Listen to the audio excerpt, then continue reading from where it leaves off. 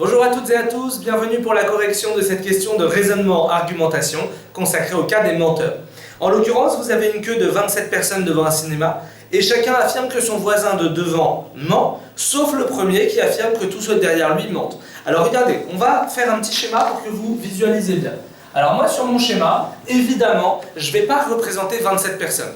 Je vous conseille de prendre un nombre impair, on est obligé pour respecter comme 27, mais on va prendre un nombre plus petit, pourquoi pas 7. Comme ça, on se simplifie la vie. 1, 2, 3, 4, 5, 6 et 7 personnes.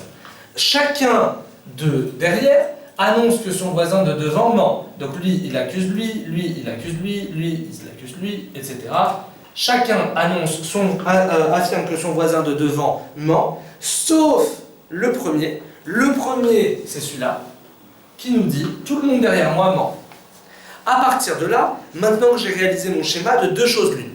Je vais m'intéresser à un personnage principal dans cette affaire, à savoir un des deux personnages du bout. Si je dis que le cinéma est là, là on a le premier et là on a le dernier. Je vais m'intéresser au dernier. Vous êtes d'accord avec moi que pour le dernier, il n'y a que deux possibilités. Soit le dernier dit la vérité, soit le dernier il ment. Il n'y a pas d'autre possibilité en termes de menteur et vérité.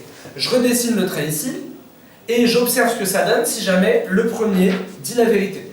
Si jamais le premier dit la vérité, le suivant, puisqu'il est accusé de mentir par quelqu'un qui dit la vérité, il ment. Le suivant, il dit la vérité, puisque un menteur l'accuse de mentir, donc ça veut dire qu'en fait il dit la vérité.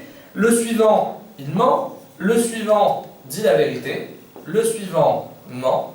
Et le suivant dit la vérité. Vous vous rendez bien compte évidemment que c'est un schéma 1 sur 2, puisqu'à chaque fois il y a quelqu'un qui m'accuse de mentir. Si celui qui m'accuse de mentir dit la vérité, alors je mens vraiment. Si celui qui m'accuse de mentir est un menteur, alors ça veut dire que je dis la vérité. Mais regardez pourquoi ce schéma ne fonctionne pas. Parce que lui, il dit la vérité. Et lui, on sait qu'il accuse tous ceux derrière lui de mentir. Mais c'est pas possible parce que si lui dit la vérité et qu'il dit tout le monde derrière moi ment, je devrais avoir M. Or, on a vu que c'était pas le cas. Donc du coup, en fait, ce cas, je peux l'éliminer, il est faux. Ça veut dire que moi, mon hypothèse de départ qui était de dire que lui c'était en vérité, elle est fausse. Et donc je sais mécaniquement que mon premier candidat, c'est un menteur. À partir de là, je recommence en sachant que lui c'est un menteur. Vérité, menteur, vérité, menteur, vérité et menteur. Et là, ça fonctionne. Vous allez me dire, oui, mais on a toujours le même problème avec lui. Sauf que là, on n'a plus le même problème. On a lui qui accuse tout le monde derrière lui de mentir. Mais c'est un menteur, donc j'ai un menteur qui dit tout le monde derrière moi ment. Il suffit que derrière, il y en ait un qui ne mente pas pour que ce soit bon.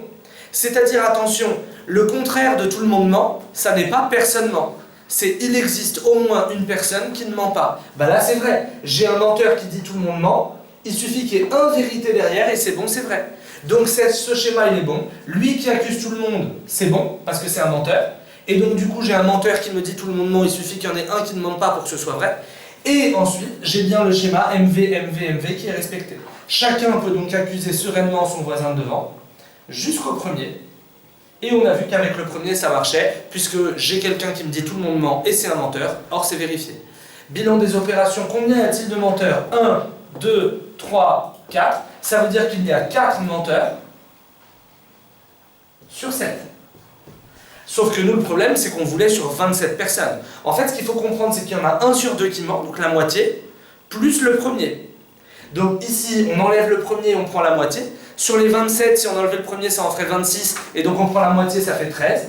Plus le premier, plus 1 égale 14. Moi, la réponse qu'il fallait que je sélectionne, c'était 14 menteurs. Voilà pour la correction de cette question de menteur et vérité. N'hésitez pas à consulter nos autres vidéos. Bon courage et à bientôt.